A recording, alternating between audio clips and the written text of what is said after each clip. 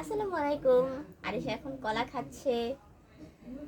আমাদের অনেকেরই ধারণা কলা খেলে ঠান্ডা লাগে, এটা আসলে সত্যি কথা না। কলা অনেক পুষ্টিকর, অনেক প্রোটিন আছে কলাতে, যেটা বাচ্চাদের জন্য অনেক হেলদি জিনিস।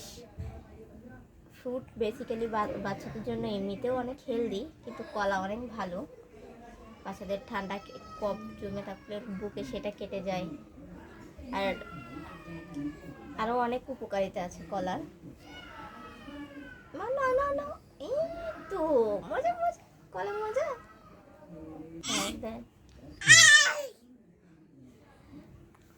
ওর সবচেয়ে প্রিয় খাবার হচ্ছে কলা, ড্রাগন ফল। আর ড্রাগন ফল যত বেশি বাচ্চাদেরকে খাওয়ানো হবে তত ভালো, কারণ ড্রাগন ফলে প্রচুর রক্ত হয়, এটা বাচ্চা বড় উভয়ের জন্য অনেক ভালো।